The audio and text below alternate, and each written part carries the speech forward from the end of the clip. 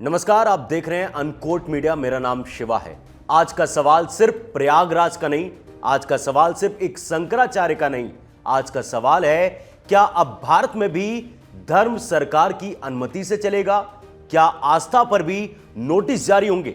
और क्या अब सत्ता तय करेगी कि कौन शंकराचार्य है और कौन नहीं? प्रयागराज में माघ मेला चल रहा है। मौनी अमावस्या सनातन परंपरा का सबसे पवित्र स्नान पर्व है।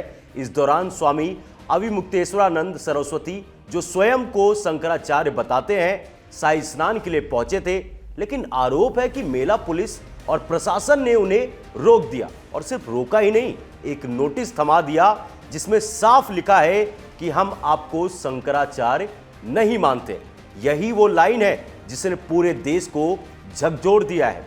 धरना, उपवास और आक्रोश इस समय दिखाई दे रहा है। इस कार्रवाई के विरोध में स्वामी अविमुक्तेश्वरानंद पिछले 48 घंटों से अन्न जल त्याग कर धरने पर बैठे हुए, बिना खाना खाए, बिना पानी पिए, खुले में वो अपना विरोध जता रहे हैं। उनका कहना है कि यह मेरा व्यक्तिगत अपमान नहीं है, यह शंकराचार्य परंपरा का अपमान है, यह सनातन धर्म का अपमान है। अब इस मुद्दे पर कांग्रेस ने सरकार पर सीधा हमला बोला है।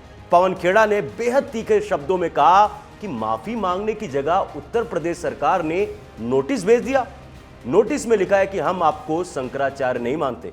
इस घमंड की, इसे कहते हैं कि घमंड की पराकाष्ठा कहते हैं। यह बात पवन खेड़ा ने कही है।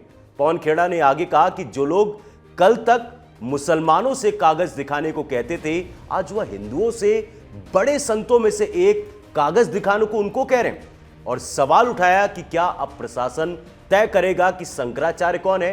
क्या गुरु शिष्य की हजारों साल पुरानी परंपरा अब सरकारी नोटिस से चलेगा? यह सवाल जो है ये कांग्रेस पूछ रही है। मेला प्रशासन का तर्क है कि सुप्रीम कोर्ट में एक सिविल अपील जो है वो लंबित है। जब तक मामला ना सुलझे कोई खुद को शंकराचार्य घोषित नहीं कर सकता। लेकिन कांग्रेस ने पलटवार करते हुए ये मुख्यमंत्री आदित्यनाथ से सवाल उठाते हुए कहा कि जो व्यक्ति 10 साल से अपनी डिग्री पर उठे सवालों से भाग रहा है, वही व्यक्ति आज शंकराचार्य से कागज मांग रहा है। मामला इतना बढ़ गया कि राजनीतिक पार्टियों ने चेतावनी दी और कहा कि पूरा देश देख रहा है, इतिहास देख रहा है, देश कभी माफ नहीं करेगा। आज सवाल सिर्फ यही नहीं कि शंकराचार्य को रोका गया है, आज यह सवाल यह है कि क्या भारत में साधु संत भी अब सत्ता के अधीन है?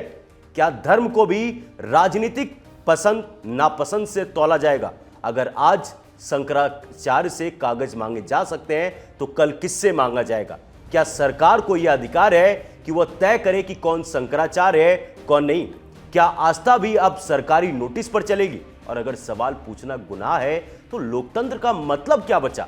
यह मुद्दा न सिर्फ धर्म का है, न सिर्फ राजनीति का, यह संविधान, परंपरा और लोकतंत्र का मुद्दा है। इस पूरे मामले पर आप क्या सोचते हैं? अपनी राय कमेंट सेक्शन में